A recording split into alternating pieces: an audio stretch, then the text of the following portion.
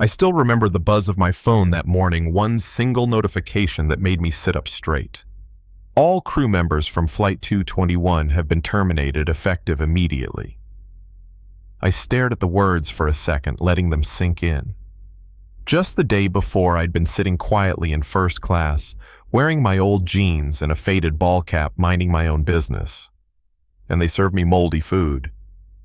They didn't know who I was then. Today they were going to find out.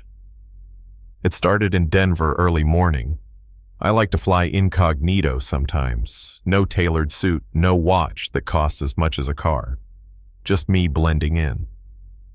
My company, Blue Horizon Air, has a policy about treating everyone with dignity, but I've learned you can't really know if that's happening unless you see it with your own eyes. That's why I booked myself on Flight 221 to New York, quietly slipping into seat 3A. The flight attendant, Melissa Grant, stopped at my row, gave me one quick up and down, then said, "This seat's first class." No smile, no welcome. "Yes, I know," I said, handing over my boarding pass. She scanned it like she was looking for proof I didn't belong there, then dropped it onto my tray table instead of handing it back.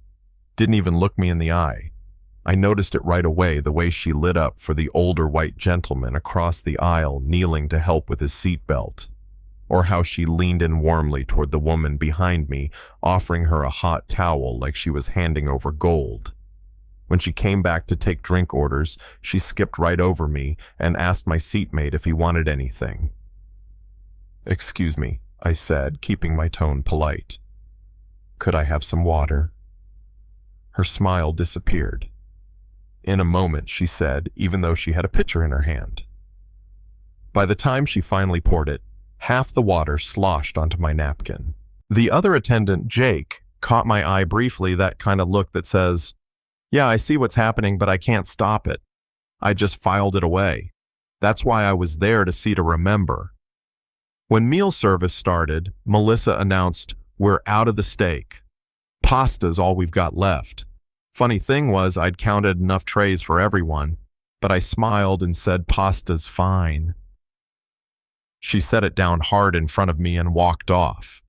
I took a couple of bites before I noticed it. A fuzzy green-blue patch creeping along the noodles. Mold. The smell hit me and my stomach turned. "Excuse me." I called her back quietly, trying not to make a scene. "There's mold on this." She barely glanced at it. "It's probably just the pesto." "No, it's mold." I pointed right at it. Jake stepped closer, saw it, and his eyes widened, but Melissa cut him off. "We'll take care of it." She whisked it away without a sorry, without a replacement. As she walked off, I heard her mutter to Jake, "Some people just don't belong in first class. Always looking for something to complain about. That one stuck. Not because it hurt. I've heard worse, but because she didn't even lower her voice. By the time we landed, my stomach was cramping. I hit the call button to speak with the captain. Food safety is a real issue. No one came.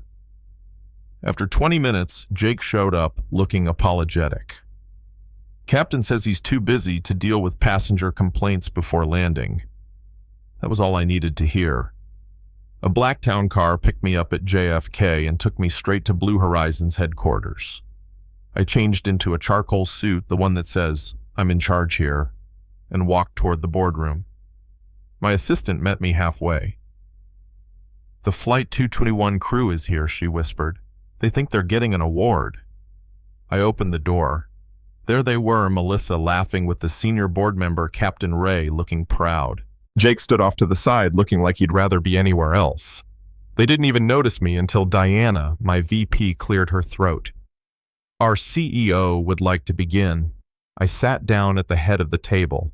Behind me on the screen, a photo of that moldy pasta. Melissa's smile froze.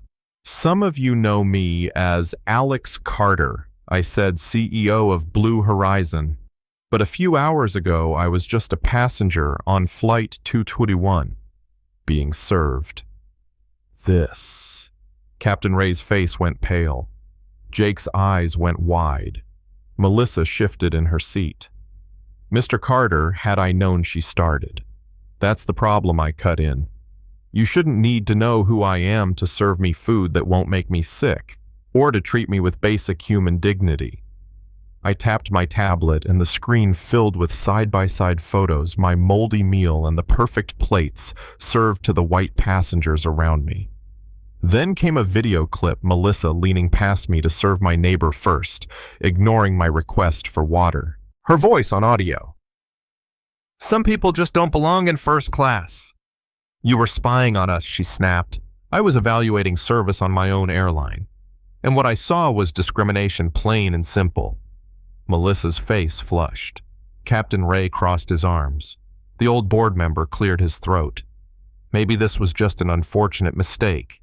Do mistakes happen only to passengers who look like me? I asked. The room went quiet. And then Jake spoke. Voice shaking at first, but strong by the end. This wasn't a one-time thing. I've worked with Melissa for months. She treats people differently based on how they look. Today wasn't an exception. It's the pattern. Melissa spun on him, hissing about his little problem with alcohol miniatures, trying to shame him into silence. But Jake stood tall. I owned up to my mistakes. That broke something open. Diana pulled up HR records, 19 passenger complaints about Melissa, all from people of color. All dismissed by her supervisor, Captain Ray. Then Zoe, another attendant, walked in with screenshots from a crew group chat, racist jokes, mocking photos of passengers, tips on making certain people uncomfortable so they wouldn't fly with us again. And then came the kicker, an old video of Fraser, the board member, Melissa had been chatting with drunk at a retreat saying Alex can play the race card all he wants, but this is still a white man's industry. We're just letting him rent space in it. The board shifted in their seats. My voice stayed calm. This is what's been hiding in our company. Not anymore.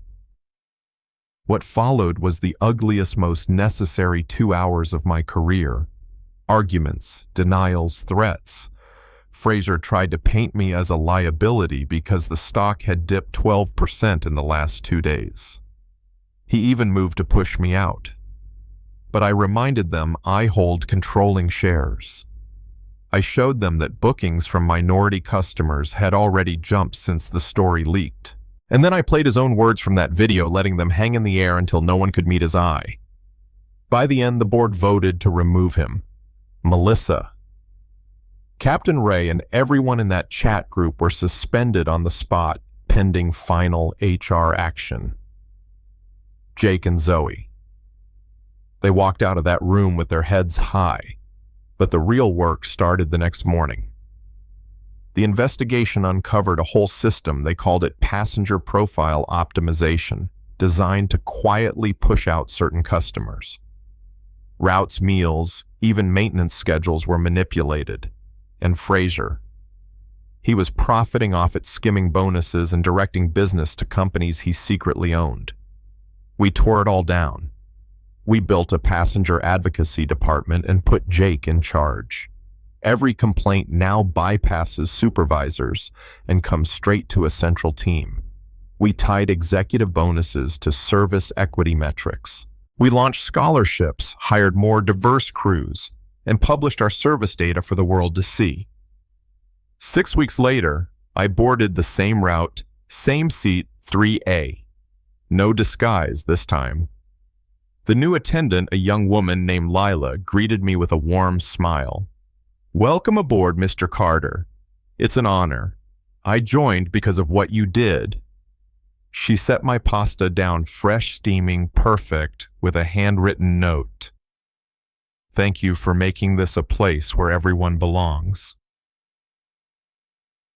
As we landed in New York, I caught sight of Jake now in a crisp suit, clipboard in hand, doing a random service check. I couldn't help but smile.